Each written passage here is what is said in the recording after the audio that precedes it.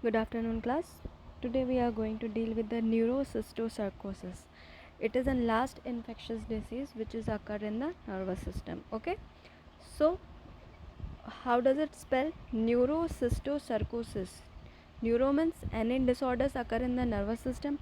And what is the meaning of cysticercosis? It is a tissue infection caused by the young form of pork tapeworm. ये क्या है? एक tissue infection है. किसके कारण होता है ये? टेपवर्म के कारण. Okay, and this infection occur in the nervous system और it damage the nervous system, then it is known as neurocysticercosis. Okay, now we deal with the introduction part.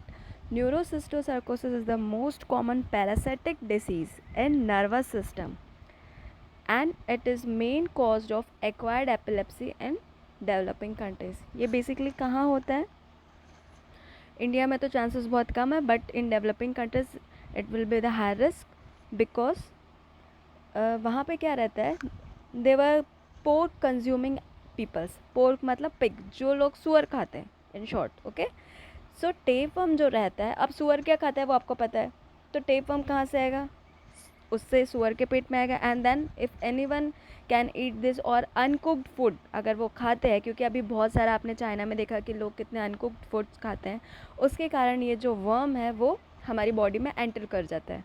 Okay, and then slowly it damage the other organs of the body and lastly ये tape worm इतना बड़ा होता है कि वो it affect the nervous tissues also. So neurocysticercosis मतलब ये क्या होता है? एक टेपवर्म का इन्फेक्शन है जो नर्वस सिस्टम को डैमेज करता है in short.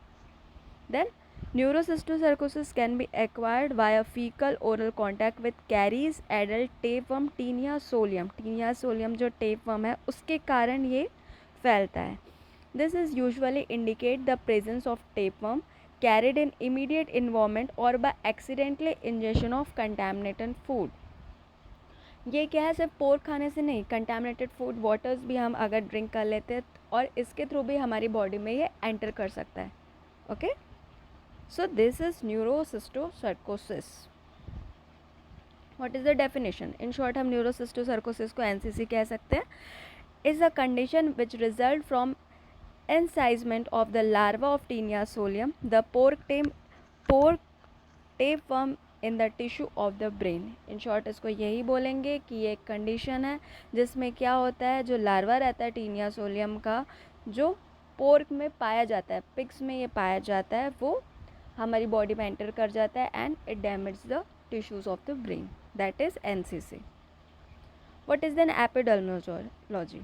NCC is the most frequent neurological disorder in severe countries of Latin America, Africa and Asia. मैंने बताया आपको ये डेवलपिंग कंट्रीज़ में ज़्यादा पाया जाता है, क्योंकि हिंदुस्तान में तो बहुत सारी चीज़ों की पूजा होती है, इसलिए वो खाते नहीं हैं. जैसे एक इस्लाम धर्म देख लीजिए, मुसलमान देख लीजिए, they were totally avoiding pork, even उसको देखना भी पसंद नहीं करते. Okay, so in developing countries America, Africa और एशियाज़ में ये कॉमनली होता है न्यूरोलॉजिकल डिसऑर्डर में. It's relevance of sociodemographic factors and feeding habits. Socio economic factor भी इफेक्ट करता है और फीडिंग हैबिट्स भी इफेक्ट करता है कि हम कोई भी गंदी चीज़ without hand washing apps if you are taking, so इसके थ्रू भी टेपवर्म हमारी बॉडी में एंटर कर सकते हैं. Then it is almost unnoticed in Muslim as Quran prohibits the consumption of pork. ये मुस्लिम्स में पाया ही नहीं जाता बिकॉज कुरान कहती है they are totally not agree for the consumption of pork. Prohibits मतलब रोक है पोर्क खाने पे, इसलिए Muslims were not found in not suffer from this disease. It is endemic in areas where pork is massively consumed. ये उस जगह में ज़्यादा पाया जाता है जहाँ पे पोर्क ईटिंग लोग पाए जाते हैं. In Asia this conditions most disease but its prevalence is still underestimated because of lack of diagnostic facilities in rural area where the reported cases only present the tip of the iceberg. ये all over अगर Asia में देखा जाए तो ये conditions काफ़ी, अगर developing countries में देखेंगे जहाँ टेस्ट हो रही है तो वहाँ ये इजीली फाइंड आउट हो सकता है, लेकिन जहाँ पे टेस्ट ही नहीं हो रही है इन रूरल एरियाज़, हमें वो नोटिस में ही नहीं आते हैं, क्योंकि लोगों को लगता है कि कौन सी बीमारी से मरा, ये उनको पता ही नहीं रहता exact reason behind the any disease, because कोई नहीं करवाता इतनी टेस्टिंग, कोई ऐसा सोच भी नहीं सकता. But the thing is happen in India also. If we are testing many peoples, अगर हम बहुत सारे रूरल सेक्टर्स को टेस्ट करेंगे तो ये डिसीज़ पाई जाएगी. लेकिन बहुत सारी जगहों में ऐसा नहीं होता है, तो इसलिए यहाँ पे केसेस काफ़ी कम है. CNS involvement occurs 50 to 70% in all cases. अगर पेशेंट को टेपवर्म इन्फेक्शन है तो आपका नर्वस सिस्टम इन्वॉल्व होगा. कितने केसेस में? 50 to 70% केसेस में जो रहता है वो नर्वस सिस्टम क्या रहता है? इन्वॉल्व रहता है. Okay, then what are the sign and symptoms. अब इसके साइन एंड सिम्टम्स क्या होंगे? सीजर्स मतलब क्या होता है? किसी को पता है? I am going to tell you in the next class, but in short I am going to explain you about this. Seizures is an convulsion. Repeated convulsions occur in a patient. Convulsion मतलब झटके आना, दौरे पड़ना, मिर्गी के दौरे पड़ना. That is in severe stage it is known as a seizures.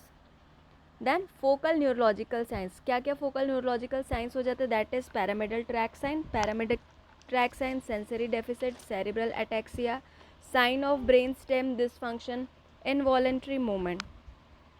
Okay, pyramidal tract sign क्या क्या रहता है? इसमें 3 चीज़ें रहती है. That is muscles weakness, hyperflexion and Babinski skin reflex.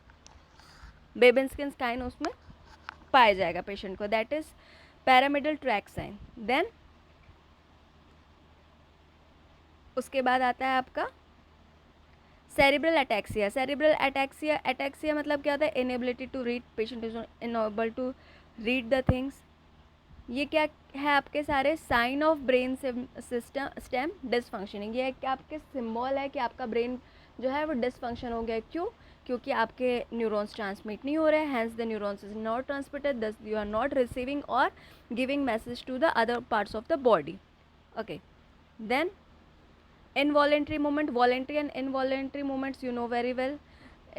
Voluntary moments जो हम खुद करते हैं, इनवॉलेंट्री एक्शंस जो हमारे कंट्रोल में नहीं होता है. Just like that when we are sneezing तो suddenly our eyes get close, that is involuntary moment. तो अगर ये टेपवर्म इन्फेक्शन हमारे ब्रेन को इफेक्ट करता है तो हमारी बॉडी में क्या होने लगता है? इनवॉलेंट्री एक्शन होने लगता है.